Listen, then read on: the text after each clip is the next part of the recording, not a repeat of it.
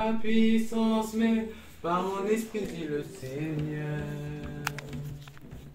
C'est pas par ta puissance, mais par mon esprit, dit le Seigneur. Les aveugles verront, les souffrants tomberont, et les hommes ressusciteront. C'est pas par ta puissance, mais par mon esprit, dit le Seigneur. C'est pas par ta puissance, mais par mon esprit, dit le Seigneur. Les aveugles verront, les souffrances tomberont, et les hommes ressusciteront. C'est pas par ta puissance, mais par mon esprit, dit le Seigneur. C'est pas par ta puissance, mais par mon esprit, dit le Seigneur. Les aveugles verront, les souffrances tomberont, et les hommes ressusciteront. C'est pas par ta puissance, mais par mon esprit, dit le Seigneur.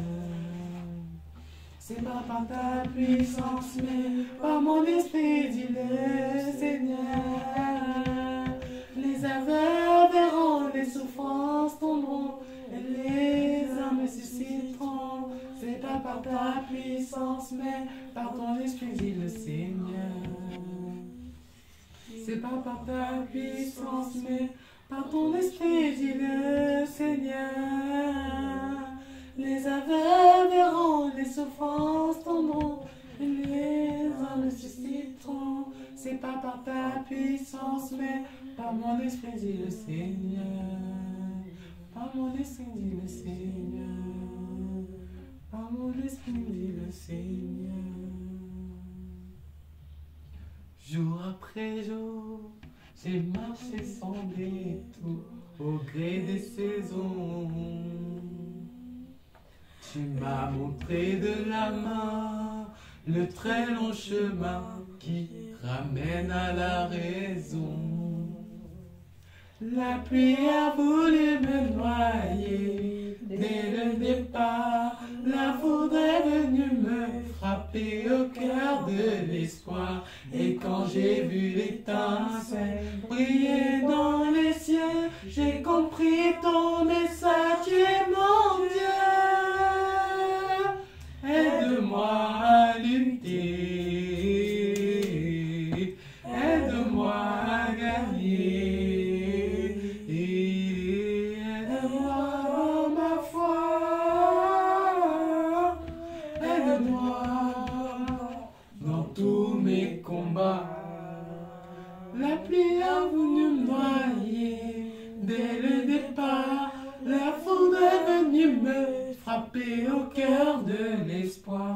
Et quand j'ai vu l'étincelle briller dans les cieux, j'ai compris ton message, tu es mon Dieu. Aide-moi à lutter, aide-moi à gagner, aide-moi dans ma foi, aide-moi dans tous mes combats. Jour après jour, j'ai marché sans détour au gré des saisons. Tu m'as montré de la main le très long chemin qui ramène à la raison. La pluie a voulu me noyer dès le départ, la foudre est venue me frapper au cœur de l'espoir. Et quand j'ai vu l'étincelle briller dans les cieux, j'ai compris ton message, tu es mon Dieu. Aide-moi à lutter, aide-moi à gagner, aide-moi dans ma foi, aide-moi dans tous mes combats. La pluie a voulu me noyer dès le départ, la foudre est venue me frapper au cœur de l'espoir. Mais quand j'ai vu l'étincelle briller dans les cieux, j'ai compris ton message, tu es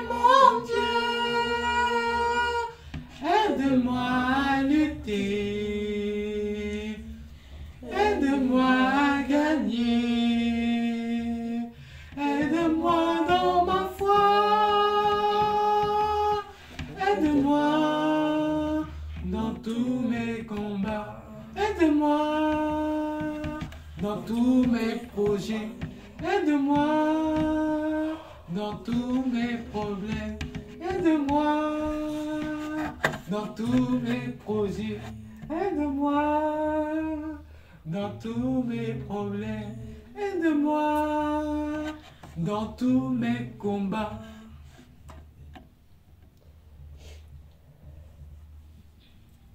Éternel notre Dieu, nous voulons te bénir, nous voulons te rendre grâce. Nous voulons t'adorer, nous voulons t'exalter, nous voulons chanter à tes louanges, honorer ton nom, magnifier ton nom. Père, nous te dédions encore ce moment afin que tu viennes, Seigneur Dieu, nous parler chacun selon son niveau. Nous désirons, Seigneur Dieu, entendre ta voix. Nous désirons, Seigneur Dieu, comprendre tes desseins pour nos vies, comprendre ta volonté, savoir ce que tu attends de chacun d'entre nous. Nous désirons faire ta volonté. Nous souhaitons, Seigneur, marcher dans tes voies. Nous souhaitons, Seigneur, connaître tes projets pour nos vies. Nous souhaitons t'écouter tous les jours que tu fais. Voilà pourquoi nous te chantons, nous t'exaltons, nous te magnifions et nous te louons. Nous te demandons, Seigneur, de nous aider à comprendre encore, Seigneur Dieu, ce que toi tu as prévu pour nous pour ce jour, où nous sommes encore réunis dans cette pièce, comme d'habitude, cherchant ta volonté, cherchant à te connaître et de tout notre cœur te célébrer. Merci Seigneur pour ce moment. À toi la gloire, l'honneur, la puissance pour des siècles, au nom de Jésus-Christ. Amen. Amen. Nous allons partager la parole. Et avant de commencer, j'aimerais vous poser une question qui est très importante. Mais j'aimerais vous poser une question. Et cette question, elle est importante. Elle est cruciale. Parce que David et Samuel, hier, ils étaient avec moi. On a fait un petit voyage hier pour aller voir tes frères. Il s'est passé beaucoup de choses durant cette journée. Et je crois que la période que nous vivons encore dans le monde aujourd'hui me pousse à cette réflexion, moi personnellement, peut-être pas vous, mais moi ça me pousse à cette réflexion. Peut-être quand je vais vous poser la question, ça va vous donner une idée. Est-ce que vous croyez réellement que Dieu existe? Oui. Vous croyez que Dieu existe? Oui. Ok. Si vous croyez que Dieu existe, qui est Jésus? Jésus, c'est Dieu. C'est Dieu. Jésus est Dieu. Oui. Pour vous, Jésus est Dieu. Oui. Comment le savez-vous que Jésus est Dieu? Parce que Dieu c'est Jésus. Hein? Non, parce que Dieu, Hein? parce que Jésus c'est le Fils de Dieu. Il est écrit où? Dans la Bible. Dans la Bible. Oui. Que Jésus-Christ est Dieu. Dans quel passage? Ça devient difficile pour vous le passage. Matthieu. Au commencement de la parole, c'est écrit. Jean 1, c'est... Jean 1 dit, Jésus-Christ est Dieu. Et Selon... au commencement était la parole était avec Dieu, la parole était Dieu. Et quand ça continue, on dit que la parole elle est venue sur terre. Donc, si au commencement était la parole, au commencement il n'y a que Dieu dans la Genèse. Donc s'il n'y a que Dieu dans la Genèse au commencement, et qu'on nous dit que ce commencement il est venu sur la terre, que cette terre c'est la parole, et cette parole elle est venue sur la terre, elle a éclairé le monde, et qu'ensuite elle est repartie. Donc Jésus c'est Dieu. Mais Jésus c'est Dieu, ce qu'en fait, parce que Jésus, il a Dieu, c'est Jésus. Puis sauf que Jésus, lui, il est venu sur terre en tant qu'humain. En tant qu'homme. Voilà. Comme Dieu c'est Jésus. Donc Jésus est... Parle fort, Samuel, quand tu parles. Dieu c'est Jésus, c'est une personne, sauf que Jésus, lui, il est venu sur terre en tant qu'humain. Et c'est Dieu. Reparle, redis ce que tu as dit. Jésus, c'est Dieu, c'est une personne. Sauf que Jésus, lui, il est venu sur terre en tant qu'humain. Ok. Donc, Samuel, tu dis que Jésus est Dieu, mais il est venu sur terre en tant qu'humain. Ah, très bonne réflexion, Samuel. Ce que tu dis là, ça me parle. Donc, Jésus est Dieu, mais quand Jésus était sur terre, il était venu en tant qu'humain. Ah, très bonne réaction de Samuel. Quelqu'un d'autre veut dire quelque chose? Il est venu sur terre en tant qu'humain, mais il est resté ensuite en tant qu'esprit, par le Saint-Esprit. Le Seigneur ne peut pas venir en tant qu'homme parce que nul ne peut rester voir Dieu et vivre. Donc il doit venir sur terre porter le sacrifice pour réparer le péché d'Adam. Il est obligé de venir en tant qu'homme pour vivre comme nous, pour nous montrer que c'est possible et de mener cette vie de salut sur cette terre. Il est obligé, il est venu nous montrer l'exemple. C'est pour ça qu'on dit qu'il est le frère, il est le premier-né, parce qu'il est celui qui est venu nous montrer l'exemple pour réparer le péché d'Adam. Il est obligé de venir en tant qu'homme, parce qu'en tant que Dieu, il ne peut pas nous dire que c'est possible en tant que Dieu. Parce qu'on va dire, ben non, t'es Dieu, c'est normal que tu réussis tout ça. Mais en tant qu'homme, c'est pour montrer qu'en tant qu'homme charnel, on peut dépasser le péché. La preuve, Jésus est venu sur terre pour le faire. On nous dit qu'il a souffert. Donc ça veut dire qu'il avait une chair comme nous. C'est pour nous justifier en tant qu'être humain qu'il a souffert. Que le péché, il a souffert. Que le péché qu'il y avait sur terre, il l'a vu.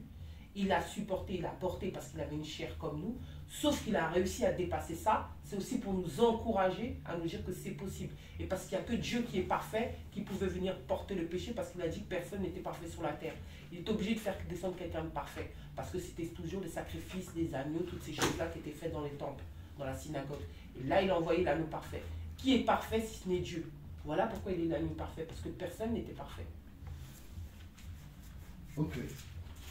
Donc, si j'ai bien compris ce que tu as dit, il est venu en tant qu'homme sur la terre et il est esprit encore sur la terre. C'est ce que tu as dit ou pas? Par son Saint-Esprit. Il est encore esprit sur la terre. Oui, par son esprit.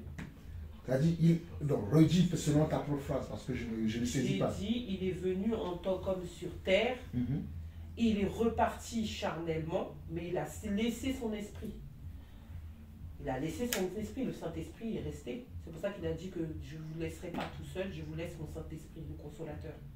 Donc il est homme, il est venu en tant qu'homme, mais il est ici en tant qu'esprit. La chair, Jésus est parti en tant qu'homme, mais son esprit, l'esprit est resté pour nous conduire dans la vérité. En fait. Ok. Donc il est encore là, sur terre, par l'esprit. D'accord, si je comprends bien, pour toi, Jésus est Dieu, mais il est venu sur la terre en tant qu'homme pour se sacrifier pour nous les hommes, pour nous montrer le modèle, pour nous montrer aussi que c'est possible que nous les hommes, nous avons la capacité de dominer sur le péché. Voilà pourquoi il est venu pour souffrir toutes les souffrances que nous les hommes, nous avons la capacité de souffrir sur la terre. Il est venu pour passer toutes ces étapes-là devant nous et après il est reparti au ciel là où il était avant de revenir sur la terre, mais néanmoins il nous a laissé son esprit. Oui, je résume ce que tu as dit. Voilà, parce qu'on peut pas sans son esprit. Ok, d'accord. Donc si je comprends bien, chacun a donné sa définition de la conception qu'il fait de Dieu. Et je trouve que cette conception est riche, est beaucoup riche. Et nous allons en parler aujourd'hui. Parce que je sais que dans le monde, actuellement, nous sommes le 31 janvier. Décembre. 31 décembre, s'il vous plaît. 31 décembre 2023. Et les gens s'apprêtent à fêter une nouvelle année. Aujourd'hui, ce soir, j'ai prévu parler de ça. Mais pendant que j'étais en train de méditer, de parler de ça, le Seigneur me dit qu'avant que tu ne parles de ça, il faut que tu arrives à partager avec tes frères et sœurs quelle est la conception que nous avons de Dieu. Parce qu'aujourd'hui, beaucoup de chrétiens, beaucoup de soi-disant, ont de différentes conceptions de Dieu. Il y a des gens qui croient que Jésus-Christ est le Fils de Dieu, mais ils ne croient pas qu'il est Dieu. Ils disent qu'il est simplement Jésus-Christ, le Fils de Dieu, qui est venu pour nous sauver. C'est la seule conception que eux, ils ont de lui. D'autres, ils croient qu'il est un prophète. D'autres croient qu'il est un envoyé de Dieu. Ils ne croient même pas qu'il est un prophète, mais qu'il est un envoyé de Dieu. D'autres croient qu'il est serviteur de Dieu. Donc, il y a beaucoup de conceptions dans la tête des gens aujourd'hui. Pour d'autres, Jésus est un homme. Il n'est même pas un envoyé de Dieu. C'est juste un homme. Et le problème que moi j'ai vu, c'est que beaucoup ont ce genre de conception parce qu'ils n'ont pas encore eu la révélation de qui est Jésus. Parce que Jésus, tu ne peux pas le connaître par ton intelligence. Jésus, tu ne peux pas le connaître par un livre. C'est certain parce que si je lis la Bible, je vais connaître Jésus. C'est vrai que quand en lisant la Bible, tu vas connaître Jésus. Mais avant que tu ne lises la Bible pour la connaître, il faut d'abord que tu aies eu une rencontre avec Jésus. Je vais commencer par là. Allons dans Jean chapitre 1.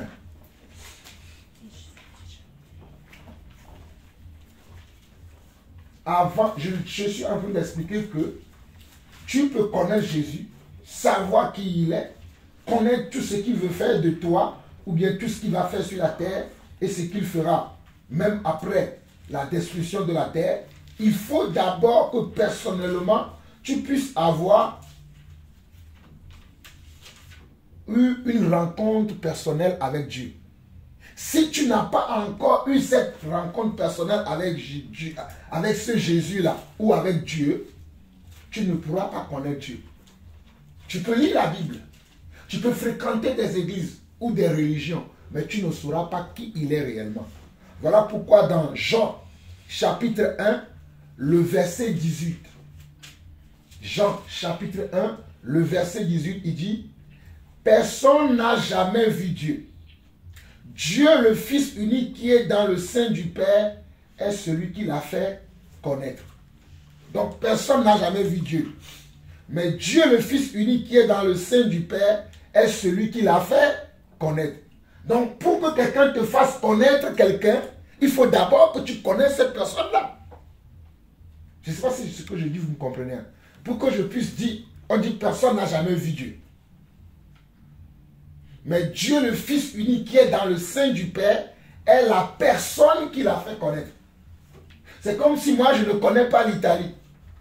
On me dit pour que je puisse connaître l'Italie, il faut que je puisse connaître David.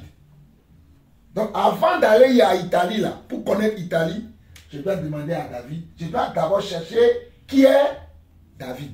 Est-ce qu'on comprend ça déjà? Ok. C'est dans cette quête-là que on va lire plusieurs passages qui font que les gens sont dans la confusion. Ils ne savent pas qui est Jésus. Les gens sont dans la confusion. Regardons dans Jean 3, le verset 8. C'est juste à côté. Jean 3, le verset 8.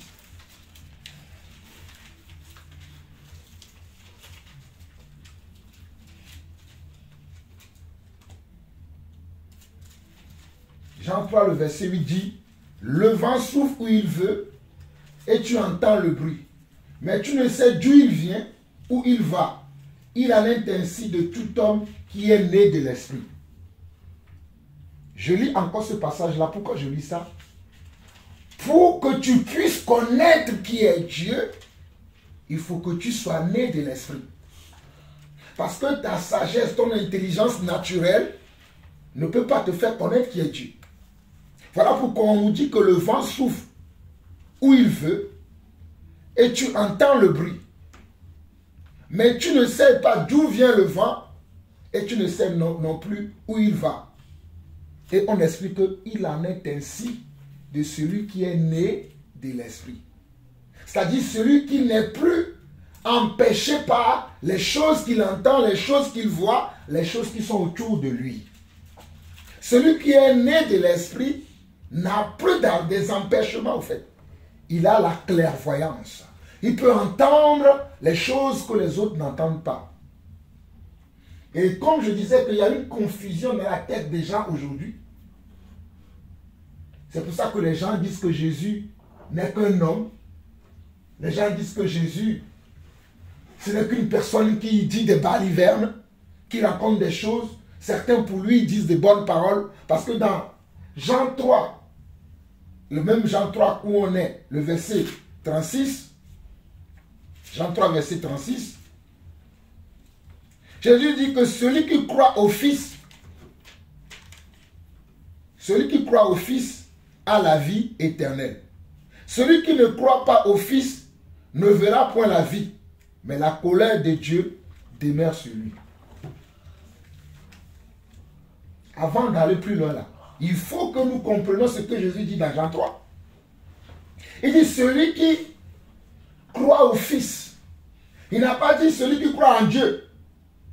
Dans d'autres passages, il a dit. Mais ici, il a dit celui qui croit au Fils. En d'autres mots, celui qui accepte ce que le Fils dit. Est-ce que nous croyons la même chose? Puisqu'il dit, croire à quelqu'un veut dire accepter ce que la personne dit. Si je dis que je crois en David, ça veut dire que j'ai confiance en tout ce que David dit. Je crois. Si David dit, va à gauche, je vais aller à gauche. S'il dit, va à droite, je vais aller à droite. Si je dis que je crois à maman, mon cher épouse, ça veut dire que si, ma chère épouse, pardon, si elle me dit, oh Jean-Paul, n'écoute pas celui-là, je ne dois pas l'écouter parce que je crois en elle.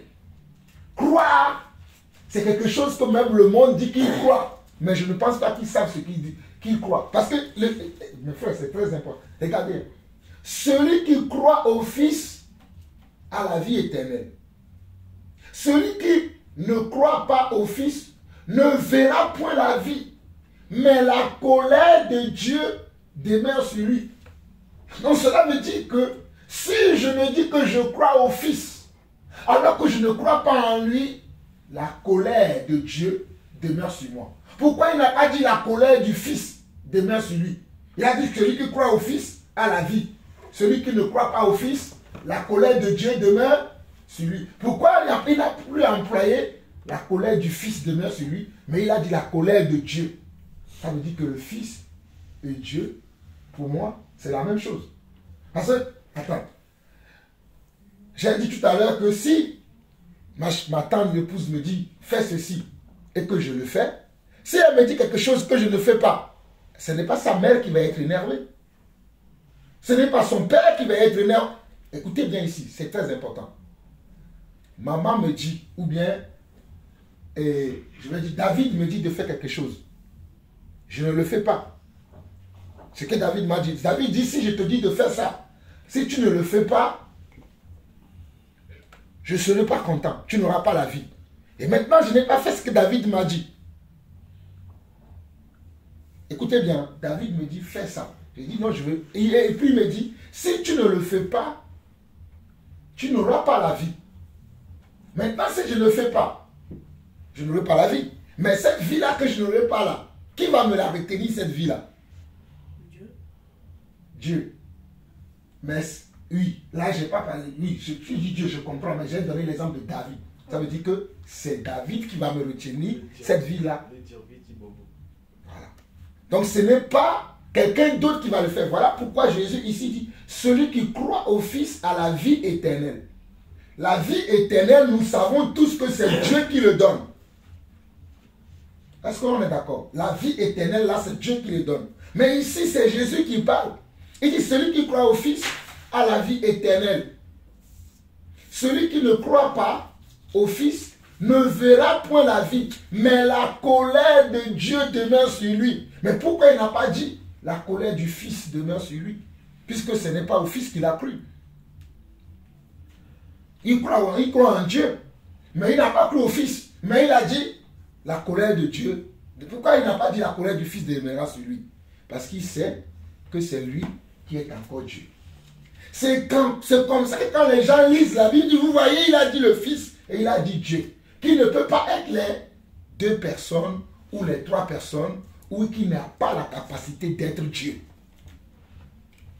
C'est pour ça qu'il y a beaucoup de religions qui se sont créées dans le monde. Parce qu'en d'autres mots, dans Jean 14, le verset 6, Jean 14, on va lire ça rapidement. Jean 14, le verset 6. Jean 14, le verset 6.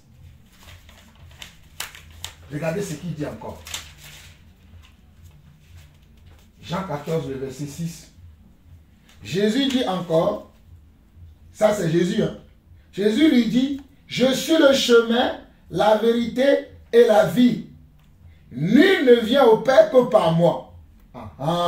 Jésus dit, je suis le chemin, la vérité et la vie. Nul ne vient au Père que par moi. Donc, aujourd'hui, toutes les religions que nous savons qu'il y a dans le monde, ou tous les croyants qui sont dans le monde, ils disent qu'ils croient en Dieu. Suivez-moi très attentivement. Toutes les religions, ou toutes les croyants, ils disent qu'ils croient en Dieu. Mais Jésus, lui, il dit, c'est lui le chemin, la vérité et la vie. Et que si quelqu'un veut aller à Dieu, la personne doit forcément passer par lui. Si tu veux aller rencontrer Dieu là, tu dois passer d'abord par moi, Jésus. Tu ne peux pas le voir toi-même. C'est moi qui suis la porte de Dieu. Si tu ne passes pas sur moi, tu ne verras pas Dieu. Donc c'est la question que je vous ai posée dès le départ. Que quelle est la conception que vous avez de Dieu est très importante. Parce que si vous ne savez pas ce Dieu-là auquel vous croyez, que vous priez, vous chantez, mes amis, vous avez des problèmes.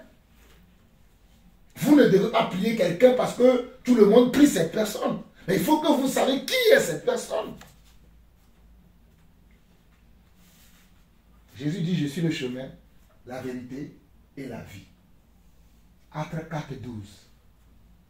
Allons lire ça rapidement. Actes 4, 12. C'est juste après Jean. Actes, c'est après Jean. Actes 4, verset 12.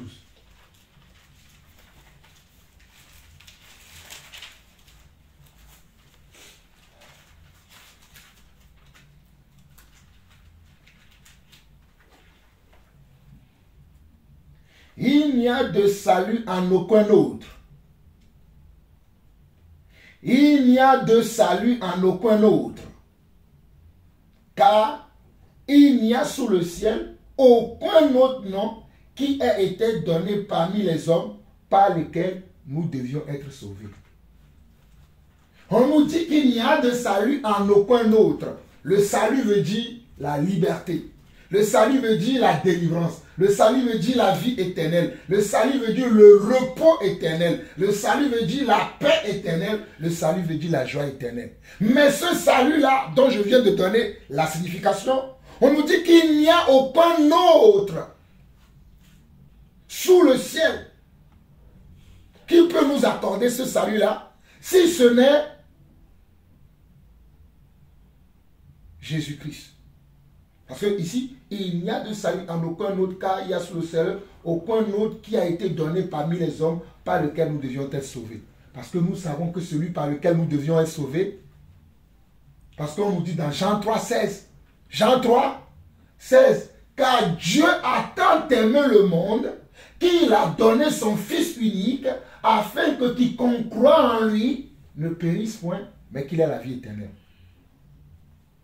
Voilà pourquoi ici, Acte 4, 12 dit que il n'y a sous le ciel aucun autre nom qui nous a été donné. Mais vous savez qu'il y a plein de religions aujourd'hui. Je ne parle même pas des religions qui ne connaissent même pas de Jésus. Je parle des religions qui connaissent Jésus, mais qui ne savent pas qui il est. Je parle des témoins de Jéhovah, ils ne savent pas qui est Jésus. Je parle des Mormons, les Mormons ne savent pas qui sont Jésus. Pour ne citer que cela. Donc c'est très important que nous qui croyons en Jésus de savoir qui il est. Regardons encore dans 1 Corinthiens, chapitre 16, 22. Corinthiens, c'est après Romains. Actes, vous voyez Actes, après vous voyez Romains, et après vous voyez 1 Corinthiens. 1 Corinthiens 16, 22.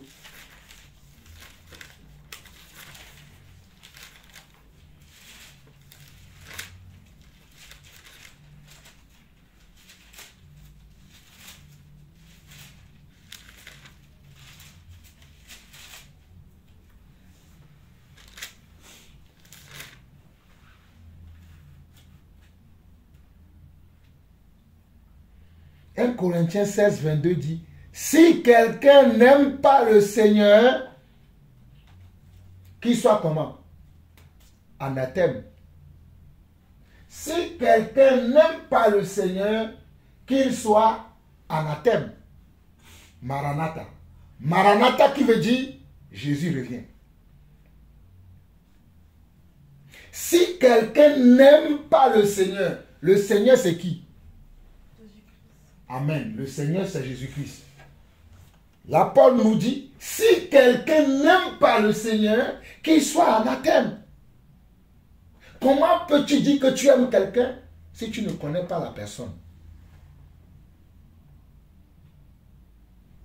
Et beaucoup de gens aujourd'hui, ils disent qu'ils aiment Dieu, mais ils ne le connaissent pas. Voilà pourquoi Paul peut dire, si quelqu'un n'aime pas le Seigneur, qu'il soit anathème. Parce qu'il y a certains qui nous disent, comme nous disons que Jésus est Dieu lui-même, eux, ils ne veulent pas de ce Dieu-là, qui s'est transformé en homme, qui a été né par une femme nommée Marie, et qui est mort, que Dieu ne peut pas mourir. Mais oui, nous croyons aussi que Dieu ne peut pas mourir. Sauf que celui qui est mort à la croix de Golgotha, ce n'est pas Dieu l'Esprit, car l'Esprit ne meurt pas. L'Esprit ne meurt pas. Mais c'est la chair de l'homme qui est mort. Comme maman l'a dit dès le commencement, qu'il est venu nous donner un modèle. C'est le modèle qui est mort à la croix. Mais le Dieu réel, il ne meurt pas. Il est le même hier, aujourd'hui et éternellement. Regardons Matthieu 22, 42. Matthieu, c'est le premier évangile du Nouveau Testament. Le premier livre du Nouveau Testament. Matthieu 22, verset 42.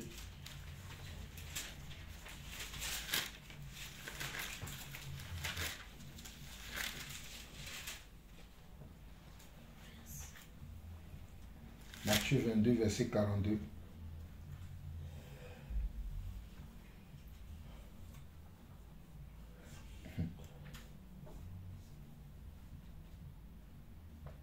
Regardez, on peut même lire à partir du verset 41. On dit, comme les pharisiens étaient assemblés, Jésus les interrogea. Comme les pharisiens étaient assemblés, Jésus les interrogea. Et il dit, en disant, que pensez-vous du Christ? Tu as trouvé, David? Matthieu 22, verset 42. Oui. Que pensez-vous du Christ? De qui est-il le fils? Il lui répondit, de David. Les gens ne comprennent pas quand Jésus pose des questions. Jésus, quand il était sur la terre, il a démontré par plusieurs manières sa divinité, son identité. Qui il était, il a dit plusieurs fois. Mais les hommes ne veulent pas l'accepter. Regardez ici la question qu'il a posée. Il dit, comme les pharisiens étaient assemblés, Jésus les interrogea. Interrogation surprise. En disant, que pensez-vous du Christ? De qui est-il le fils? Il répondit, de David. Regardez le verset 43, c'est ce que Jésus leur dit. Et Jésus leur dit, comment donc David, animé par l'Esprit, l'appelle-t-il Seigneur lorsqu'il dit, le Seigneur a dit à mon Seigneur, assis-toi à ma droite. Ces pharisiens-là ne savaient pas quelle était l'identité réelle de Jésus. Pour eux, Jésus était de la descendance de David. Donc, il est le fils de David. Mais Jésus leur a dit, mais vous ne savez pas qui je suis. Voilà pourquoi il a dit, comment David, que vous dites qu'il est, moi je suis le fils de David, comment ce David-là a dit? Regardez bien, je vais vous relire ça. Et Jésus, verset 43, et Jésus leur a dit, comment donc David, animé par l'Esprit? Vous voyez? Pour que David puisse savoir qui était Jésus, parce que David a su, avant que Jésus ne soit né, David avait déjà eu une communion avec Jésus. Par l'Esprit. Voilà pourquoi Jésus dit que, et Jésus leur dit, comment donc David, animé par l'Esprit, l'appelle Seigneur lorsqu'il dit, dans cette phrase que David a dit, le Seigneur a dit à mon Seigneur, assis-toi à ma droite jusqu'à ce que je fasse de tes ennemis ton marchepied. Si donc David l'appelle Seigneur, comment est-il son fils? Vous voyez? Jésus dit aux pharisiens, si David, dont vous avez déjà votre conception, que moi Jésus là, je suis le fils de David, vous avez eu déjà votre conception dans la tête. Comme toutes les religions aujourd'hui dans le monde, ils ont leur conception de Jésus. Jésus leur pose la question alors. Comment David, là que vous dites que moi je suis son fils, a dit? moi je suis Seigneur. Et regardez la suite, il dit, si donc David l'a appelé Seigneur, comment est-il son fils? Et pour enclouer encore le clou, il dit, nul ne peut lui répondre, on dit, nul ne peut lui répondre un mot, et depuis ce jour, personne n'osa plus lui proposer des questions. Personne n'avait trouvé la réponse. Et comme ils étaient comment perdus, il n'osa plus poser des questions à Dieu. Vous voyez comment nous sommes bénis aujourd'hui? Nous savons qui il est. Oh, je vois ce passage de Matthieu chapitre 13 où Jésus disait à ses disciples, heureux vous êtes parce que vous connaissez les mystères du royaume. C'est ce que je disais à David hier, que qu'il soit heureux de ce que vous vivez.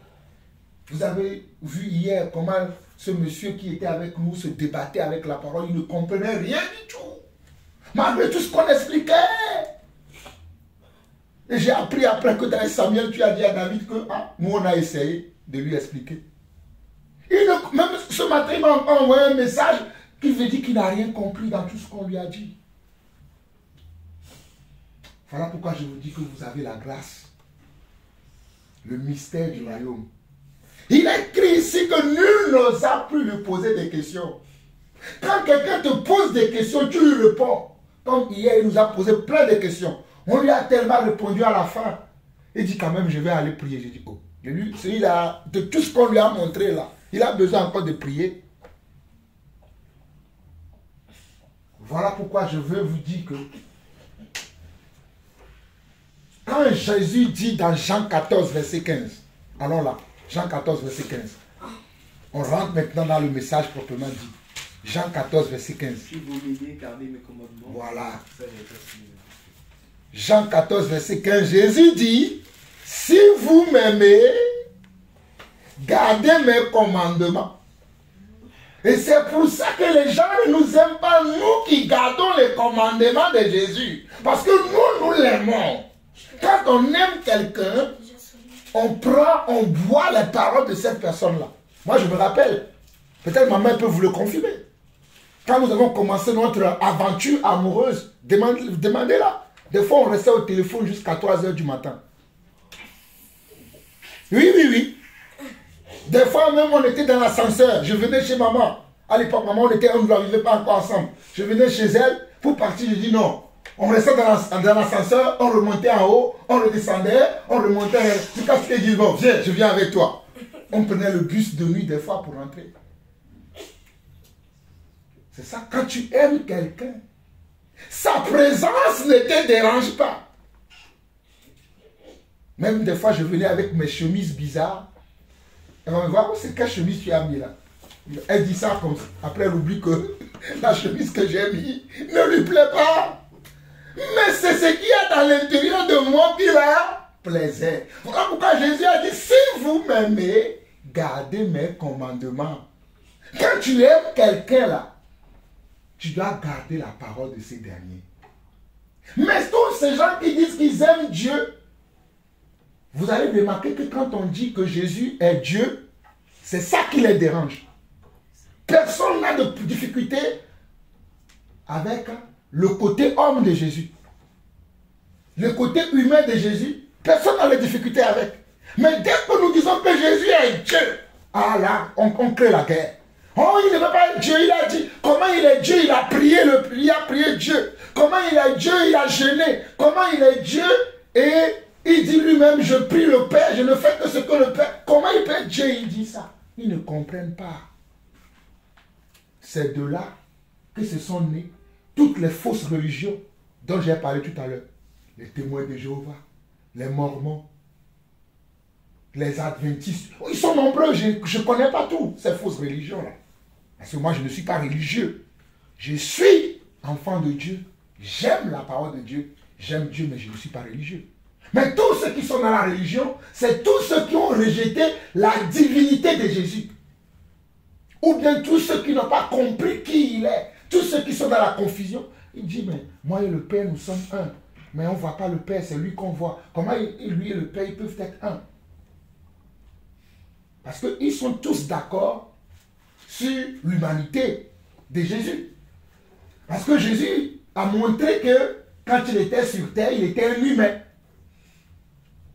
Oui. Déjà, si nous regardons dans Matthieu chapitre 1, Matthieu chapitre 1, le jour où Jésus est né, ça tout le monde sait. Ça, ils n'ont pas de problème avec ça, mais je vais vous lire ça quand même. Matthieu chapitre 1. Mais déjà la naissance de Jésus là, doit leur prouver que Jésus n'est pas n'importe qui. Rien que ça là, moi déjà la naissance de Jésus me pose un grand problème. Et vous allez me dire pourquoi, je vais vous dire pourquoi je dis ça. On nous dit, Matthieu 1, verset 18, au verset 25, on nous dit, voici de quelle manière arriva la naissance de Jésus-Christ. Voici de quelle manière arriva la naissance de Jésus-Christ. Marie, sa mère, ayant été fiancée à Joseph, se trouva enceinte par la vertu de Saint-Esprit avant qu'ils n'aient été habités ensemble. Avant que Marie et Joseph ne soient, comment? Marie et femme contre votre mère et moi, Marie avait déjà porté Jésus dans le ventre. Bon, nous continuons. Verset 19, on nous dit, Joseph, son époux, qui était un homme de bien et qui ne voulait pas la diffamer, se proposa de rompre secrètement avec elle. Parce qu'à l'époque, quand tu te maries avec une femme, il faut que la femme soit comment? Soit vierge. Il faut que la femme n'ait pas connu d'homme. C'est ça qui prouve que tu as épousé une fille de valeur. Et Joseph était fiancé à Marie. Il se préparait à rentrer dans le mariage et à découvrir sa femme. Et subitement, il voit sa femme Marie, le ventre poussé. Il rentre chez lui, il dit non, Marie là, je ne sais pas quel coup il m'a fait. Qu'est-ce que Marie a fait? Non. Et il a commencé. Bon, comme je l'aime bien, je vais aller lui dire, puis c'est Marie, je t'aime bien. Mais garde ton ventre avec ton gars. Moi, c'est fini. Lisons la suite. Verset 20. On dit, comme il y pensait, voici un ange du Seigneur lui apparut en songe et dit, Joseph, fils de David. Voilà pourquoi les gens pensent que Jésus-Christ est fils de David. Parce que Joseph, qui est l'époux de Marie, était le fils de David. Mais Jésus n'est pas fils de David parce que Jésus n'est pas un homme. Voilà pourquoi on a vu tout à l'heure.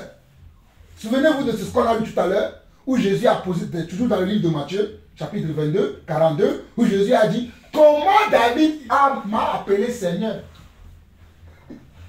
Parce que quand les gens le voient, ils pensaient qu'ils voyaient le fils de David, mais ils voyaient Dieu sur terre. On va y en venir. Mais il dit, comme il pensait, voici un ange du Seigneur lui apparut en songe et dit, Joseph, fils de David, ne crains pas de prendre avec toi Marie, ta femme, car l'enfant qu'elle a conçu vient du Saint-Esprit. Elle enfantera un fils et tu lui donneras le nom de Jésus. C'est lui qui sauvera son peuple de ses péchés. Donc Dieu vient révéler à qui? À Joseph, que ta femme là, elle ne t'a pas trompé. Elle n'a pas commis l'impudicité. Donc le ventre que tu vois là, c'est moi qui suis venu cacher dans ce ventre. Donc ne répudie pas ta femme. Et il continue. Voici la vierge sera enceinte, elle enfantera un fils, on lui donnera le nom d'Emmanuel, ce qui signifie comment Dieu lui-même a parlé. Il dit, l'enfant qui va naître là, on va lui donner le nom Emmanuel. Ce qui veut dire, Dieu est avec nous. Mais quand on dit aux gens que Jésus est Dieu, non, il y a un problème. Ils ne comprennent pas ça. Je dis même la naissance de Jésus là, pour vous que vous soyez nés là, moi j'ai connu maman, pour que vous soyez nés. Toute personne qui existe cette terre, pour que la personne puisse exister, même si nous savons que c'est Dieu qui crée en haut, mais il faut que d'abord qu'il y ait un homme et une femme. Jésus est le seul homme qui ait vécu sur la terre que son engendrement, si je peux dire ça, hein, n'a pas été conçu d'homme. Et quand nous disons qu'il est Dieu, les gens se posent la question comme si Dieu ne peut pas être capable de venir dans le ventre de quelqu'un, y demeurer 9 mois et sortir. Ça devient impossible pour les hommes. Mais pourtant, on dit que tout est possible à Dieu. Donc vous voyez que les gens ne croient pas réellement. Puisque nous disons que tout est possible à Dieu. Mais quand on dit maintenant que Dieu a pris la forme humaine, il est venu sur la terre. Oh non, non, non, Dieu ne peut pas être un homme. Là, ça devient un problème. Même nos frères juifs, c'est ça qu'ils font, qu'ils sont toujours encore en train de cogner leur tête sur le mur de lamentation avec leur corps, tout ça. Parce qu'ils ne veulent pas accepter qui est Jésus. Alors que sa naissance même déjà, comment ce monsieur est né là, ça doit nous dire déjà qui il est. Et on a dit que quand il sera né, c'est Dieu qui est avec nous. Et quand nous disons que c'est Dieu, on nous dit qu'on prie un faux Dieu. Mais parce que nous savons, selon cette parole que j'ai lue dans Matthieu 1, le verset 23, voici la Vierge sera enceinte. Elle enfantera un fils et on lui donnera le nom d'Emmanuel, ce qui signifie Dieu est avec nous. Jotham s'étant réveillé, fit ce que l'ange du Seigneur lui avait ordonné et il prit sa femme avec lui. Lui qui voulait rompre secrètement avec Marie, il dit non. Je sais maintenant que Marie avait une mission qu'il doit accomplir avec son premier créateur d'abord, avant que moi je ne passe derrière. Donc je me calme, je patiente. Et verset 25, mais il ne l'a connue point jusqu'elle ait enfanté un fils auquel il donna le nom de Jésus. Donc nous comprenons par là que toutes les sectes ou religions qui sont dans le monde sont nées à travers la confusion qu'ils ont de Jésus, à travers la méconnaissance qu'ils ont de Jésus, à travers la conception qu'ils ont de Jésus. Comme nous l'avons vu dans Matthieu 22, verset 42, Jésus pose la question, qui suis-je? Suis-je vraiment le fils de David? Ils ont dit, oui, tu es le fils de David. Il m'a dit, comment David a dit, je voyais mon Seigneur, dit à mon Seigneur, assis-toi à ma droite. Donc nous voyons par là que beaucoup de gens disent qu'ils connaissent Jésus, mais ils ne le connaissent pas. Et aujourd'hui, là, je veux que chacun d'entre vous, vous allez suivre. Je vais donner quelques versets vite fait. Parce que je sais que vous savez qui est Jésus, mais il faut que vous soyez capable de le défendre. Lorsqu'on vous posera la question, lorsque vous aurez cette question-là un jour, peut-être avec vos collègues de l'école, peut-être plus tard, quand vous serez en train de faire ce à quoi Dieu vous a appelé, peut-être quelqu'un vous posera la question, qui est Jésus pour vous? Il faut que vous le sachiez. Jean 1. Jean 1. Maman l'a donné tout à l'heure au commencement. On va aller dans Jean 1.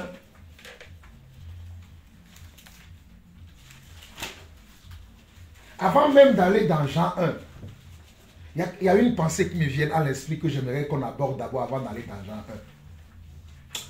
Les gens aiment parler de l'humanité de Jésus. Parce que quand nous regardons, allons dans Luc chapitre 2. Luc chapitre 2. Ils n'ont pas de problème avec ça. Hein. Ça, ils sont contents. Ils vont vous dire, Jésus est né, il a mangé, il a bu le lait de Marie, et il est devenu grand, il est allé au temple. C'est vrai. Nous le reconnaissons aussi. Luc chapitre 2, verset 40, où on nous dit que l'enfant croissait. C'est ça, je crois, non? Oui. On nous dit, or, l'enfant croissait et se fortifiait. Il était rempli de sagesse et la grâce de Dieu était sur lui. Or, l'enfant croissait. Ils vont dire, ah, vous voyez, Jésus était un enfant. Il n'est pas Dieu, puisqu'il a écrit que, oh, l'enfant croissait et il grandissait et l'Esprit de Dieu était sur lui. S'il est Dieu, comment l'Esprit de Dieu peut être encore sur lui? Ils ne comprennent pas que là, c'est Jésus-Christ homme. Ce n'est pas Jésus-Christ Dieu, mais c'est Jésus-Christ homme.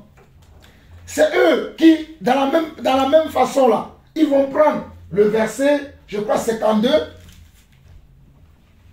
où on dit, et Jésus croissait en sagesse, en stature et en grâce devant Dieu et devant les hommes. Vous voyez, c'est un enfant qui grandissait, il mangeait, il buvait. Et pire encore, ils vont prendre Matthieu 4,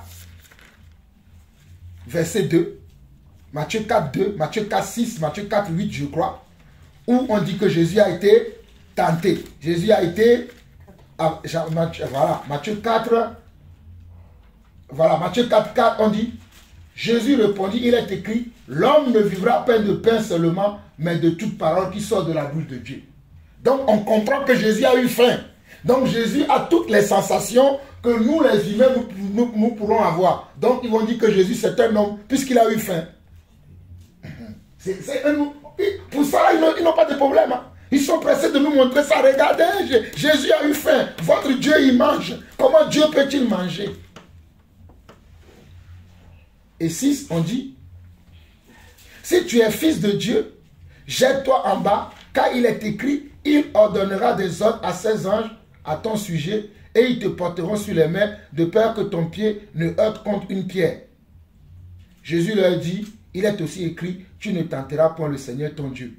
On dit, vous voyez, Jésus c'est un homme. Il dit, tu ne tenteras pas ton Dieu. Donc il nous montre aussi que Jésus a des émotions, des sentiments, et que Jésus a de la... Il dit, regardez, votre Jésus que vous dites qu'il est Dieu là, lui-même il dit qu'on ne peut pas tenter votre Dieu. Donc il ne peut pas être Dieu. Ce qui veut dire que les gens là, ils ne connaissent toujours pas quelle est l'identité réelle de notre Dieu.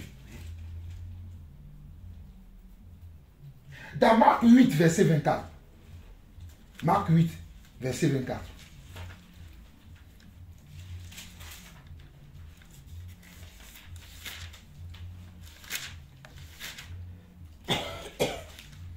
Matthieu 8 plutôt, verset 24. Matthieu 8, verset 24. Matthieu 8, verset 24.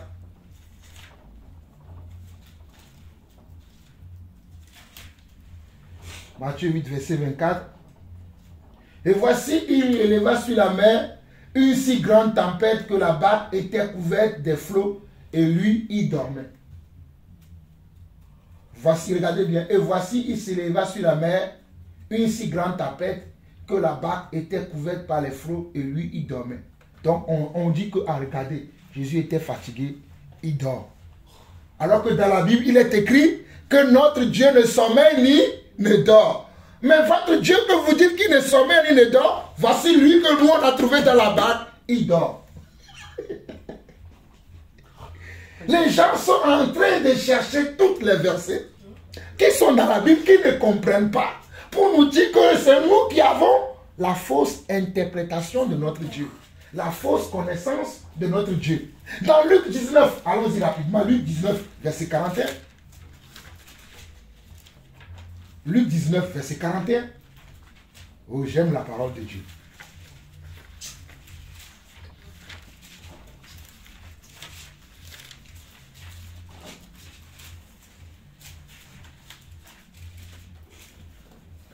Luc 19, verset 41.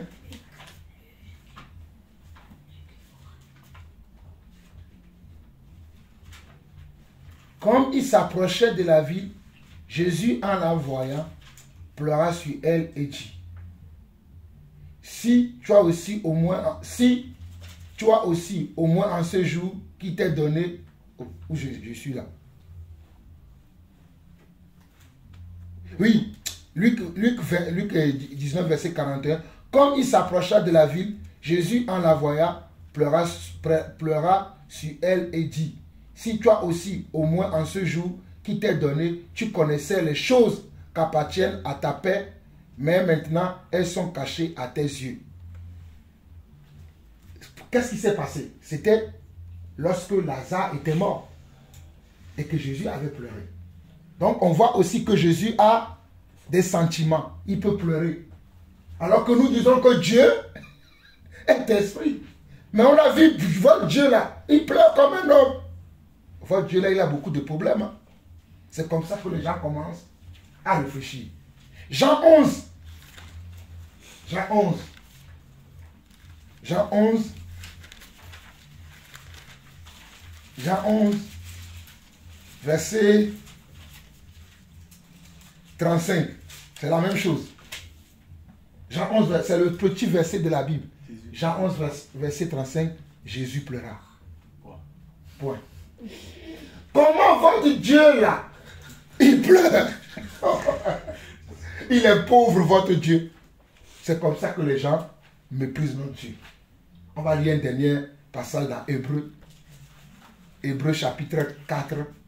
Et après on va lire Hébreu chapitre 13.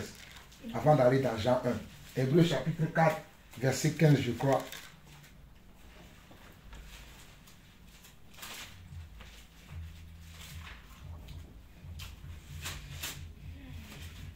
Oui, c'est ça. Hébreu chapitre 4, verset 15.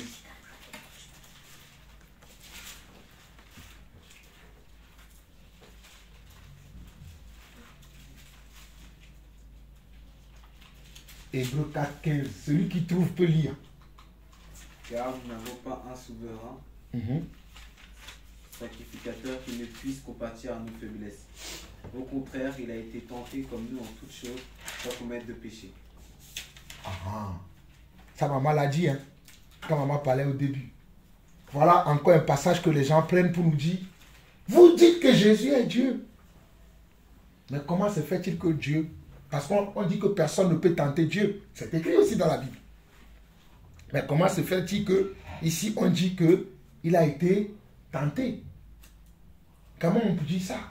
Si vous dites qu'il est Dieu, comment on peut comment il est tenté? Et pire encore, regardez Hébreu chapitre 13. Et après, nous, on va commencer maintenant à prouver comment Jésus lui-même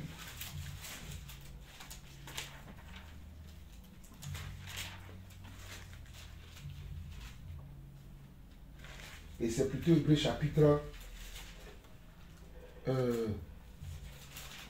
12. Hébreu chapitre 12. On nous dit, on peut lire du verset 1 au verset 4. Il dit, nous donc aussi, puisque nous sommes environnés d'un si grand nuée de témoins, rejetons tout fardeau et les péchés qui nous enveloppent si facilement et courons avec persévérance dans la carrière qui nous est ouverte, ayant les regards sur Jésus. Regardez bien. Ayant les regards sur Jésus qui suscite la foi et la mène à la perfection. En échange de la joie qui lui était réservée, il a souffert. On dit comment votre Dieu souffre? Il a souffert la croix, méprise l'ignominie et s'est assis à la droite du trône de Dieu. Considérez en effet celui qui a supporté contre sa personne une telle opposition de la part des pécheurs, afin que vous ne vous lassez point l'âme découragée. Vous n'avez pas encore résisté jusqu'au sang en luttant contre le péché. Et les gens brandissent encore ce passage-là pour nous dire que si vous dites que votre Jésus là, c'est lui Dieu, comment il a encore supporté la souffrance, l'ignominie, en luttant contre le péché jusqu'au sang. Oh, votre Dieu là, oh, pauvre Dieu qu'il est. Il n'a aucune capacité. Il n'a aucun pouvoir. Il ne peut pas être Dieu puisqu'il dit lui-même, ayant les regards fixés sur Jésus qui suscite la foi et l'amène à la perfection, en échange de la joie qui lui a été réservée, il a souffert la croix. Dieu ne souffre pas, mais votre Jésus, il a souffert. Il a été méprisé. Mais regardez après, il est assis à la droite de Dieu. Donc comment il est Dieu et il vient s'asseoir encore à la droite de son Dieu? Ils ne comprennent pas. Voilà pourquoi vous allez trouver peu de personnes qui contestent l'humanité de Jésus. Parce que Jésus a eu faim, nous l'avons vu. Il a été tenté, nous l'avons vu. Il a eu soif, nous l'avons vu. Il a pleuré, nous l'avons vu. Et ils sont prêts à nous brandir tous ces passages-là. Vous voyez, il n'est pas Dieu. Ne l'adorez pas. Ne le priez pas. Il n'est personne. Mais nous allons voir maintenant qui il est réellement. Ça là, ce sont les passages souvent que les gens vont vous citer. Oh, il n'est pas Dieu. Regardez, il a pleuré, il a eu faim, il a dormi. Dieu ne sommeille, il ne dort. Mais il dort dans le bateau. Il a été fatigué, la journée a été trop longue pour lui, il a trop marché. Ils ne comprennent pas que c'est l'homme, mais que Dieu n'est pas sommeil. Il ne sommeille, il ne dort. Maintenant, les choses sérieuses vont venir, mes enfants. Allons maintenant dans Jean 1. Jean 1. Oh, alléluia, nous aimons le Seigneur, nous. Nous, la famille, là où sommes, nous aimons Dieu. Jean 1. Jean 1. Verset 1 au verset 4 qui dit ceci. Jean 1, verset 1 au verset 4 qui dit ceci. Au commencement était la parole. La parole était avec Dieu et la parole était Dieu. Au commencement était quoi? La parole. On dit que la parole était Dieu. Et la parole là, c'est lui Dieu. Ça veut dire que si je cherche Dieu, je dois voir quoi? La parole. Si je cherche la parole, je dois voir qui? Dieu. Parce que c'est ce que on dit. On continue, on dit verset 3, verset 2. Elle était au commencement avec Dieu, verset 3. Toutes choses ont été faites par elle. Et rien de ce qui a été fait n'a été fait sans elle. Donc tout ce qui a été fait là, a été fait par la parole. Donc si j'enlève elle, je la remplace par Dieu, ça veut dire que toutes choses ont été faites par Dieu et rien de ce qui a été fait n'a été fait sans Dieu. On est d'accord? Verset 4. En elle était la vie et la vie était la lumière des hommes. En elle veut dire en la parole. En la parole veut dire en Dieu était la lumière et la lumière était la lumière des hommes. Mais vers le verset 14, qu'est-ce qu'on nous dit? Lisons-le. Verset 14, qu'on nous dit. Et la parole a été faite chair et elle a habité parmi nous, pleine de grâce et de vérité. Et la parole a été faite chair. C'est-à-dire la parole a pris un corps humain. C'est ça. On nous dit, et la parole a été faite chair et elle a habité parmi les hommes. Parmi nous veut dire, la parole est devenue homme et elle a habité parmi nous les hommes, comme nous les hommes nous nous comportons. Elle a eu faim comme nous. Elle allait aux toilettes comme nous. Elle mangeait comme nous. Et bien voilà, elle dormait comme nous. Voilà ce que ça veut dire. Et la parole a été faite chair. Donc c'est notre Dieu qui a pris la forme humaine pour venir sur la terre, comme maman nous l'a dit dès le départ. Pour venir nous donner comment? Un exemple à imiter. Que tout est possible si nous nous comportons selon son esprit qui est en nous, comme nous l'avons vu dès le départ. Est-ce que vous comprenez maintenant? C'est la parole qui a été faite chair. Donc c'est Dieu qui se retrouve en Jésus. Donc Jésus est Dieu. Que les gens le veulent ou pas, c'est clair pour vous et moi que Jésus est Dieu. Pour vous dire que les gens ne comprenaient pas ce que Jésus disait, regardons Jean 10. Non, avant même de regarder Jean 10, regardons dans Jean 8. Jean 8, versets 58 et 59. Jean 8, versets 58 et 59. Ça aussi, beaucoup de gens ne comprennent pas.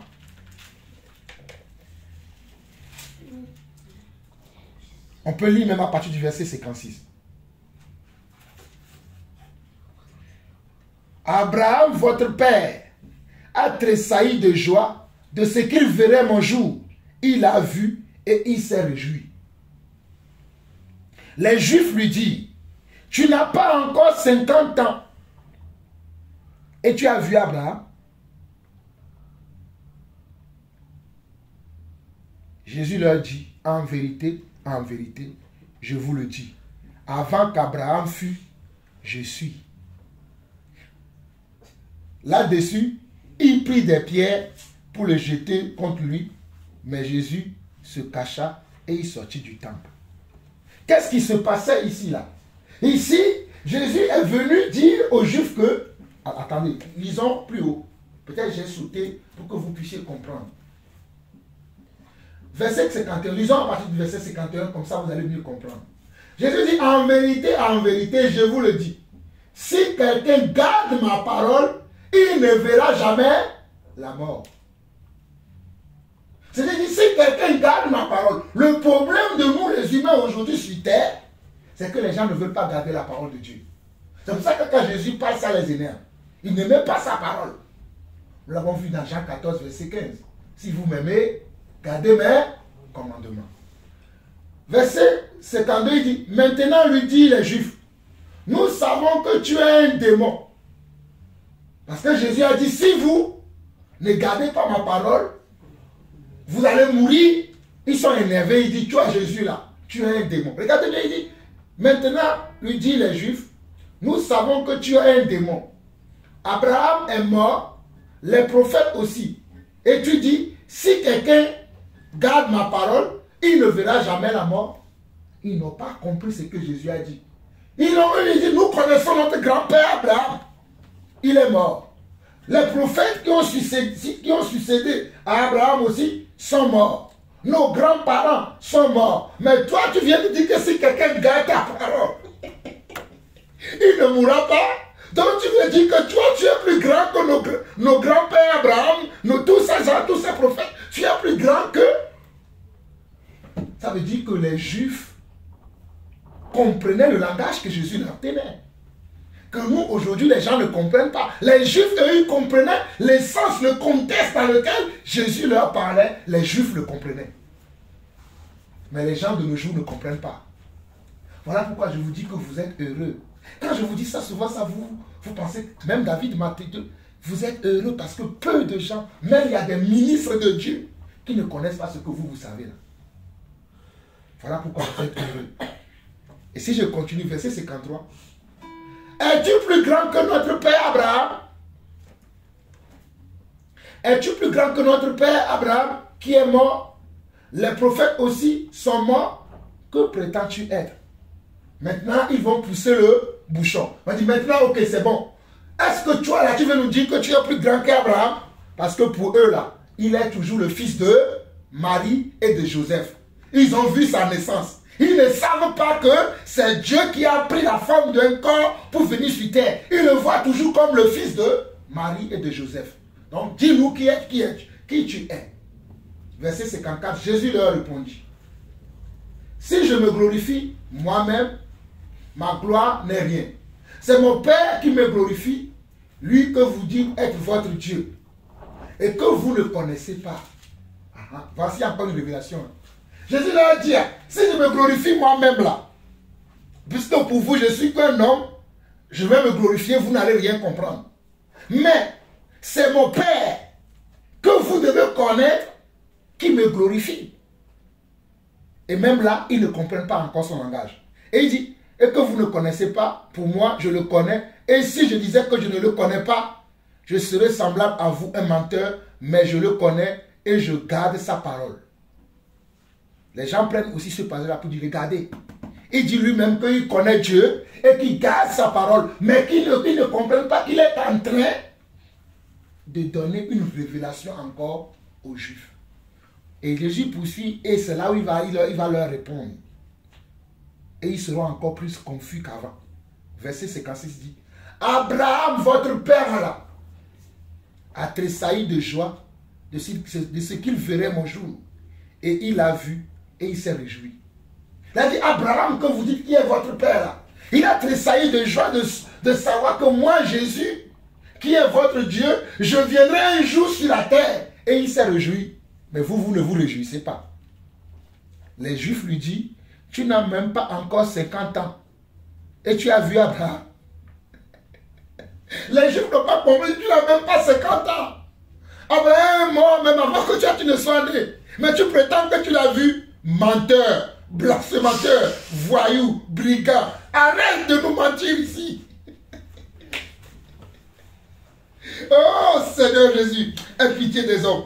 Et les Juifs lui disent, tu n'as même pas 50 ans et tu as vu Abraham. Jésus leur dit, en vérité, je vous le dis, avant qu'Abraham fût, je suis comme quand Dieu avait envoyé Moïse.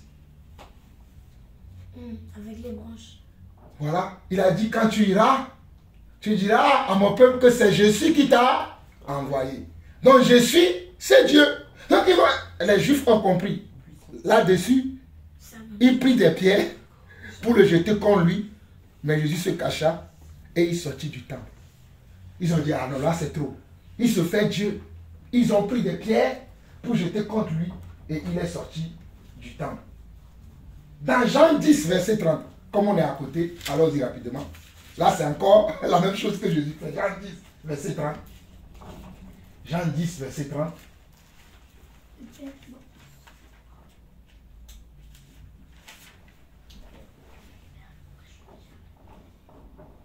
Moi et le Père, nous sommes un. Alors les Juifs prirent de nouveau des pierres pour le lapider. Jésus a dit, moi et le Père, nous sommes un. Parce que eux, ils continuaient à diviser le Père et lui. Parce que tout ce que Jésus disait, c'est entre lui et le Père et moi, où il dit des fois je. Il employait souvent je. Il dit, tout ce que vous demanderez à mon nom, je le ferai. Ils se sont dit, mais attends, c'est lui maintenant qui exauce nos prières, ce n'est plus Dieu. Alors qu'avant, il a dit, tout ce que vous demanderez à mon nom. Maintenant, il dit, tout ce que vous demanderez à mon nom, je le ferai. Moi-même, je le ferai. Ce n'est plus le Père qui vous exaucera, mais moi, je le ferai. Attends, il se fait égal à Dieu. Voilà pourquoi, quand il a dit ici, moi et le Père, nous sommes un, alors les Juifs plient de nouveau la pierre pour le lapider. Jésus a dit, attendez, avant de me lapider là, gardez la pierre, j'ai une question à vous poser d'abord, avant de me lapider. Jésus leur dit, je vous ai fait voir plusieurs bonnes œuvres venant de mon Père, pour laquelle me lapidez-vous? Les Juifs lui répondirent, ce n'est pas pour une bonne œuvre que nous te lapidons, mais pour un blasphème et parce que toi qui es un homme, tu te fais Dieu.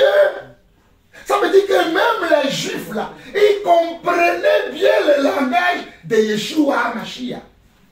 Ils savaient que Jésus, quand il disait que moi et le Père nous sommes un, il se faisait pour Dieu. Mais comment aujourd'hui les hommes veulent raisonner pour dire que Jésus n'a jamais dit de sa propre bouche qu'il est Dieu? Mais c'est ça ici. Puisque les Juifs comprenaient que c'est ce qu'il disait et c'est pour cela qu'ils voulaient le lapider. C'est pour cela qu'ils voulaient le lapider. Parce qu'il se faisait Dieu. Aujourd'hui, les gens m'ont dit, ah mais Jésus a pleuré, il ne peut pas être Dieu. Jésus a eu faim, il ne peut pas être Dieu. Montrez-moi le passage où Jésus a dit ça. Mais c'est ça ici le passage. C'est ça le passage. C'est ça le passage. Regardons rapidement Jean 5. Jean 5, verset 17 au verset 18.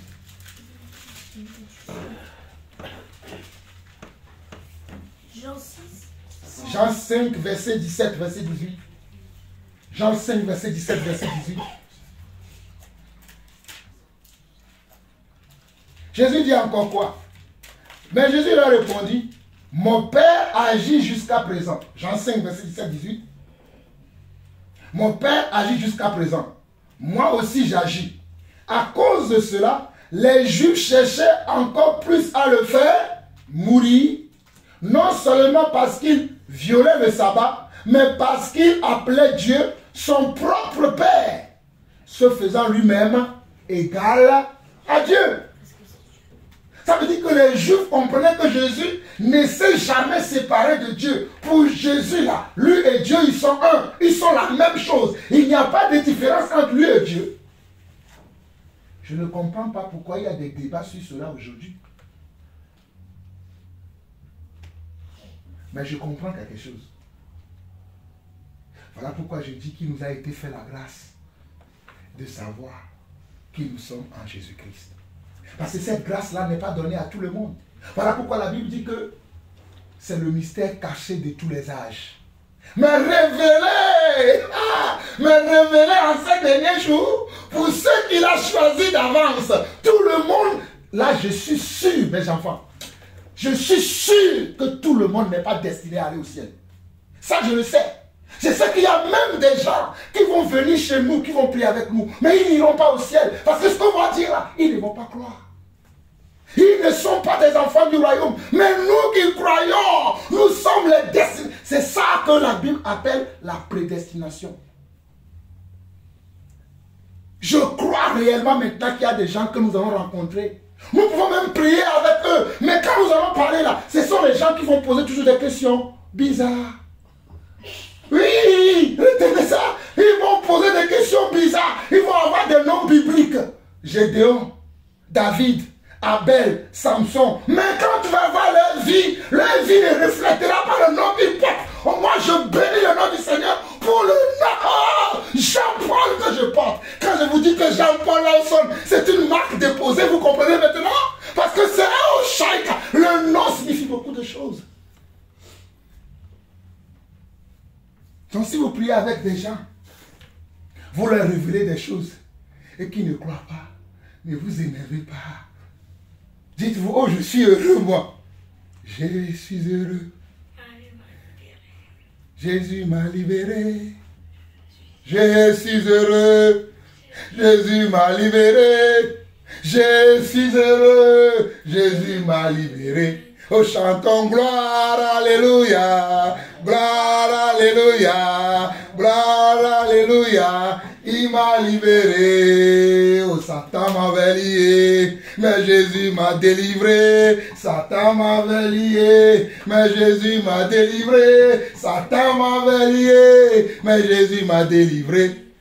Gloire, alléluia, gloire, alléluia. Gloire, alléluia, il m'a libéré. Oh, je suis heureux, Jésus m'a racheté. Je suis heureux, Jésus m'a racheté. Je suis heureux, Jésus m'a racheté. Chantons gloire, alléluia, gloire, alléluia, gloire, alléluia, il m'a libéré. Jésus disait ça, les Juifs comprenaient, Jean 5, verset 17 à 18, ils comprenaient qu'il se faisait égal à Dieu. Voilà pourquoi nous aussi, nous confirmons que Jésus est égal à Dieu. Ils ont compris, sauf qu'ils ont refusé. Ils ont refusé de l'accepter. Ils ont compris, mais ils ont refusé de l'accepter. Et toute personne sur cette terre qui refuse d'accepter que Jésus est Dieu, vous savez quoi? Il ne verra pas Jésus. Ah oui, c'est pour ça que je vous dis que la conception que nous avons de Jésus dépend aussi du salut que nous allons recevoir. Si pour toi Jésus n'est pas Dieu, mais tu as perdu ton temps de croire qu'il existe. Si pour toi Jésus n'est qu'un homme qui dort dans un bateau parce qu'il est fatigué, qui mange parce qu'il a faim, qui boit parce qu'il a soif, qui pleure parce qu'il a perdu quelqu'un, mais tu n'as pas compris qui il est. Puisque Jésus a dit, allez par tout le monde, prêchez comment? La bonne nouvelle. Celui qui croira et qui sera baptisé sera sauvé. On n'a pas dit celui qui fera des commentaires sera sauvé. Mais on a dit celui qui croira. Il faut d'abord croire que ce que nous disons, c'est ça qui est la vérité. Mais si tu es là dans les commentaires, moi je vais faire de la politique, mon œil. Jésus a-t-il fait de la politique? Moi je vais faire ceci. Jésus a dit celui qui croira. Crois d'abord à la parole. Mais tu ne veux pas croire.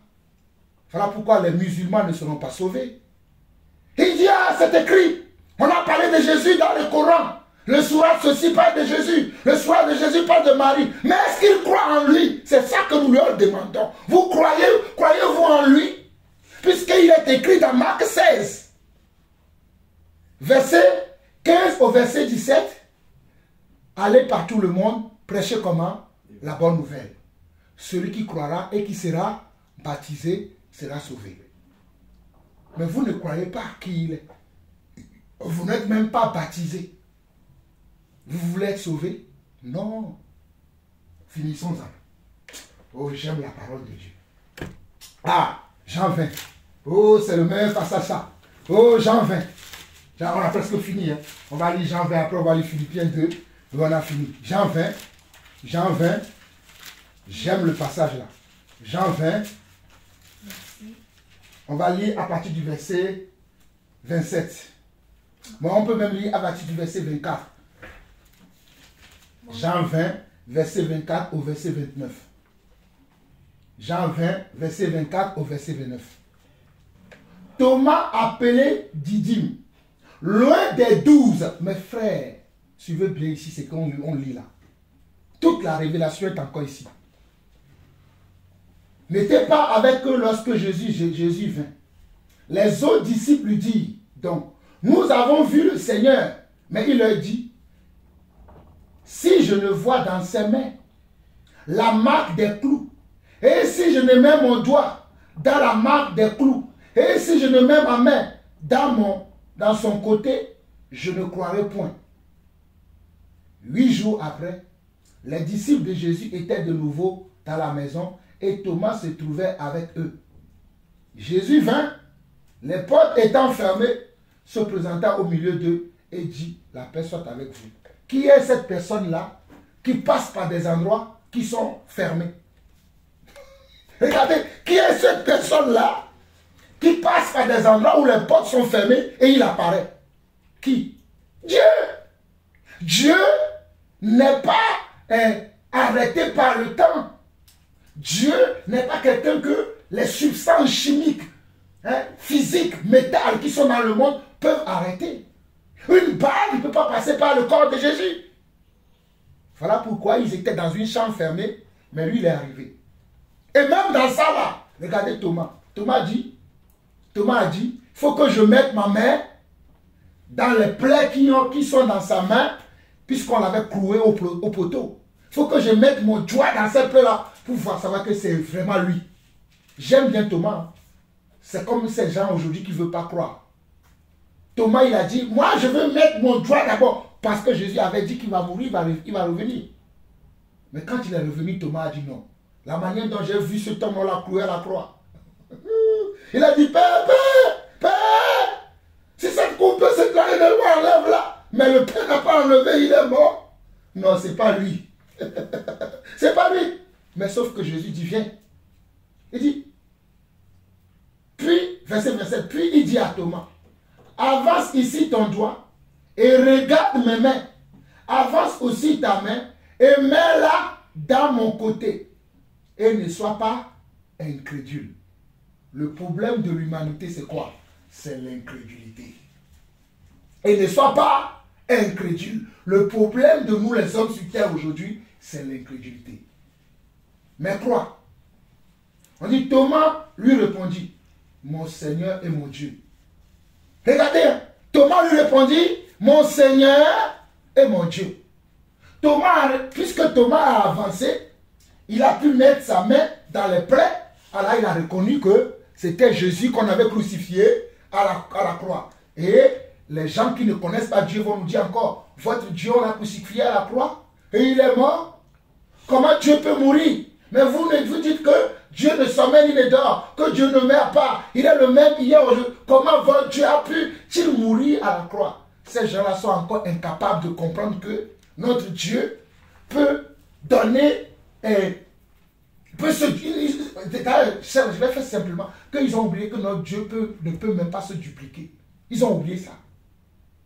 Dieu a la capacité de se dupliquer. Vous tuez quelqu'un là, mais il est là derrière, il te rigole, il dit, ah, je suis encore là. Tu as cru que tu m'as tué. Mais c'est moi. Dieu peut le faire ou pas? Mais pourquoi les gens ne croient pas? Parce qu'ils sont incrédules. Et qu'est-ce que Thomas a dit qui est une révélation? Thomas a dit, mon Seigneur et mon Dieu. Jésus lui dit, parce que tu as vu, tu as cru. Heureux ceux qui n'ont pas vu et qui ont cru. Heureux ceux qui n'ont pas vu. Lui, il a vu Jésus.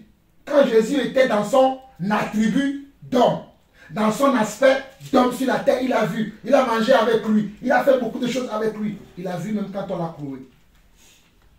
Maintenant, quand Jésus est revenu à la forme de Dieu, il a reconnu.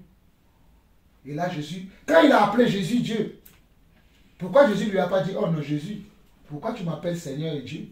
Appelle mon Père. Si ce que Thomas avait dit serait faux, vous savez que Jésus n'aime pas le mensonge. Jésus aurait dit, mais Thomas, non, ne m'appelle pas Dieu. ne m'appelle pas Seigneur. Un seul est Seigneur et Dieu. Mais Jésus a dit, heureux sois-tu. En d'autres mots, Jésus était en train de féliciter Thomas. Bravo, tu reconnais maintenant qui je suis. Tu sais maintenant quelle est ma réelle identité. Tu sais maintenant que j'ai plusieurs fonctions, plusieurs attributs. Les gens ne comprennent pas. Un avocat peut être aussi un père de famille, non? Supposons que moi, Jean-Paul Lawson, je suis un avocat. Quand je suis à la maison, je suis avocat? Non, je suis père de famille. Mais quand je suis au barreau de Paris, on va dire l'avocat Jean-Paul Lawson. Mais quand je suis à la maison, je suis père de la famille Lawson. Et quand je suis chez ma mère, je suis le fils d'Akouvi, Jean-Paul. Mais je n'arrive pas, je ne comprends pas pourquoi les gens ne comprennent pas ça. Mais ça revient à ce que je disais tout à l'heure, que je comprends que moi, j'ai été choisi. J'ai été choisi. Voilà pourquoi les gens en veulent à notre vie, parce qu'eux, ils ne sont pas choisis. Oui, les gens ne sont pas choisis. Ils en veulent à notre vie. Ils disent, pourquoi celui-là, il est vilain comme ça? Il n'a même pas d'études. Mais comment Dieu l'a choisi, ce vilain gars? Oh, mon ami. Tu es perdu. Moi, il m'a aimé. Il m'a aimé, oh. Jésus m'a aimé, oh. Il m'a aimé, oh. Jésus m'a aimé, oh. Il m'a aimé. Il nous a aimés. Les gens ne comprennent pas pourquoi c'est nous qu'il a choisi. C'est une grâce. Finissons-en, mes frères, dans Éphésiens, et plutôt dans Philippiens 2. Philippiens 2, on va finir par là. Oh, moi je suis content, je vais chanter. J'espère que vous allez louer bien après là. Oh, parce que là, c'est merveilleux. Il nous a aimés, il nous a choisis. Dans ta famille, on t'a choisi. Oh, dans ton... on t'a choisi, Philippiens 2. Tu es heureux, Simon, fils de Jonas. Moi aussi, je suis heureux, parce que j'ai été choisi. Philippiens 2, à partir du verset 5 jusqu'au verset 11, et on finit par là. Philippiens 2, du verset 5 au verset 11, qui dit ceci. Ayez en vous les sentiments qui étaient en Jésus-Christ. Ayez en vous les sentiments qui étaient en Jésus-Christ. Nous sommes dans Philippiens 2, verset 5 au verset 6. Philippiens 2, verset 5 au verset 6 qui dit, ayez en vous les sentiments qui étaient en Jésus-Christ, existant en forme de Dieu. On n'a pas dit existant en forme d'un homme. C'est ce qui est écrit ici. Existant en forme d'un homme, existant en forme d'un fils d'homme. On a dit existant en forme de Dieu.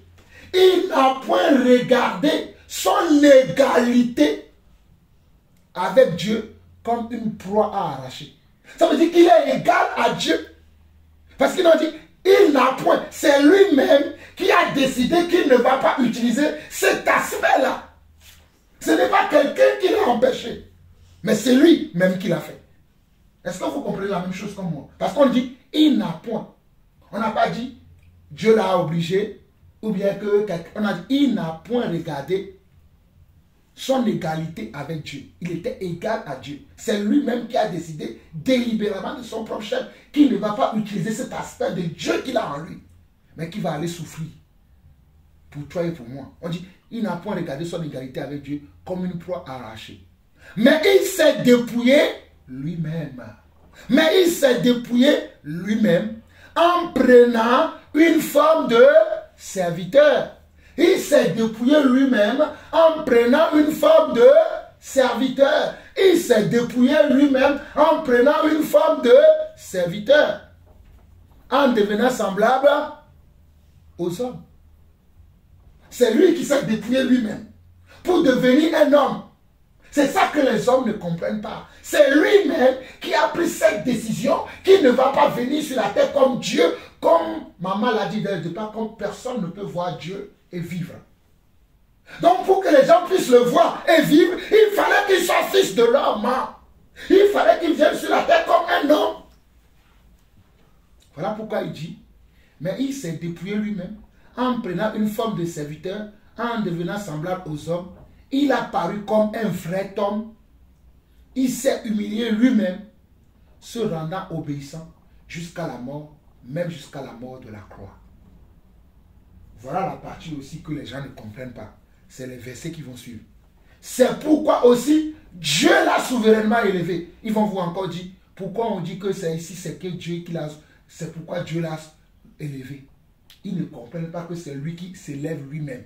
Ils vont dire, regardez, c'est encore écrit, c'est pourquoi aussi Dieu l'a souverainement élevé. Et lui a donné. Donc ce n'est pas lui qui a ce nom, c'est Dieu qui lui a donné. Alors que c'est lui-même qui a ce nom, puisque nous avons vu dans Matthieu 1, verset 24 que Emmanuel, c'est Dieu parmi nous, Dieu avec nous.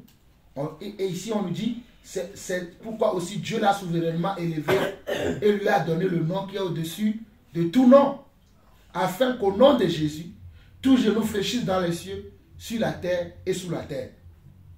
Non, mais ce qu'ils oublient, si tout genou fléchit sur la terre, si pour eux, tout genou fléchit sur la terre et même dans les cieux, ça veut dire que même Dieu doit fléchir les genoux dans les cieux. Puisqu'on dit tout, si je veux suivre leur logique, vous voyez ce que je veux dire? Si je veux suivre leur logique, ça veut dire que même dans les cieux, puisqu'on dit tout genou, on n'a pas dit tout genou excepté le genou du Père. Ou bien, on n'a pas dit tout genou, mais excepté le genou du Père. Oh, alléluia. On n'a pas dit tout genou, mais excepté le genou du Père. On a dit tout genou. Ça veut dire que même Dieu là, il dit, mon fils Jésus, viens, moi je vais t'adorer. Pourquoi moi je vais refuser de l'adorer? On dit tout genou sur la terre, dans les cieux et sous la terre, fléchissent devant lui. Et que toute langue confesse que Jésus-Christ est Seigneur, à la gloire de Dieu le Père. Il dit, toute langue confesse que Jésus-Christ est Seigneur, à la gloire. C'est-à-dire que Jésus-Christ a la même gloire que Dieu le Père, comme dans Jean 14, quand Philippe a demandé à Jésus, montre-nous le Père. Philippe a demandé à Jésus, montre-nous le Père. Jésus a dit, mais Philippe, te moques-tu de moi? Depuis que je suis avec vous sur la terre, tu me demandes encore que je te montre le Père. Mais moi et le Père, nous sommes un. Même ça, les gens ne comprennent pas. Alors mes enfants, j'espère que ce que je vous ai enseigné aujourd'hui, vous allez le garder toute votre vie.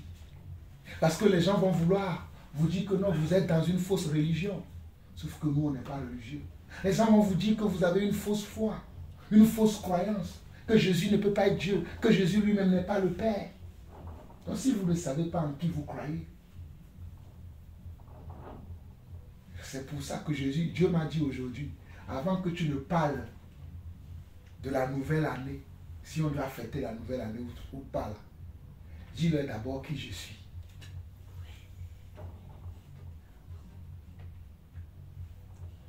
Il m'a aimé, oh.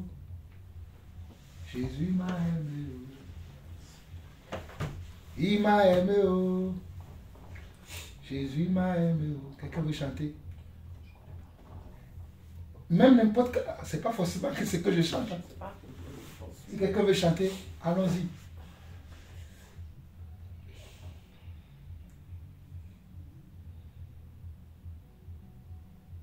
Car Dieu Puissant il est, de son saint lieu avec sagesse, amour, Dieu est un Dieu puissant.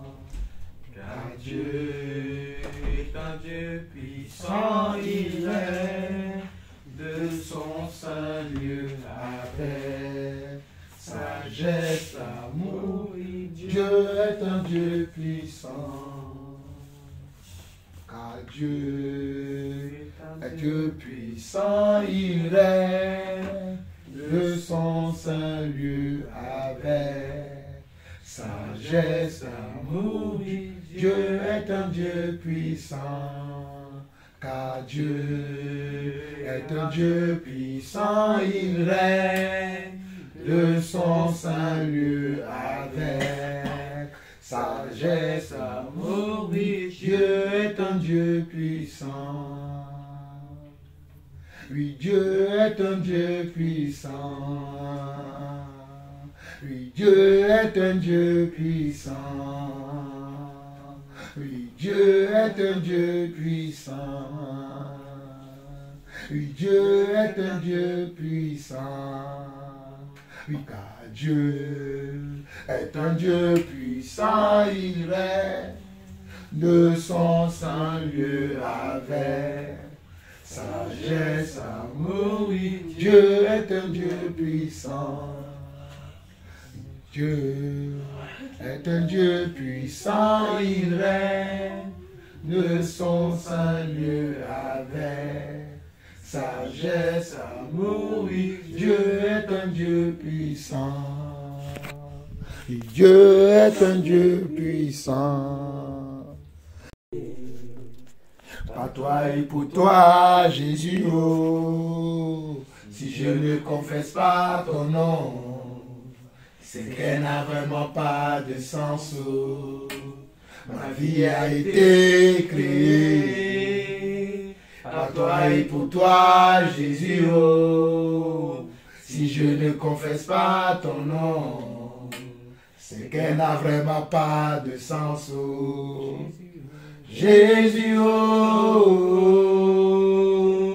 Jésus, oh, Jésus, oh,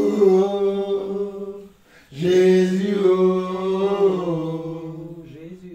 Jésus, oh,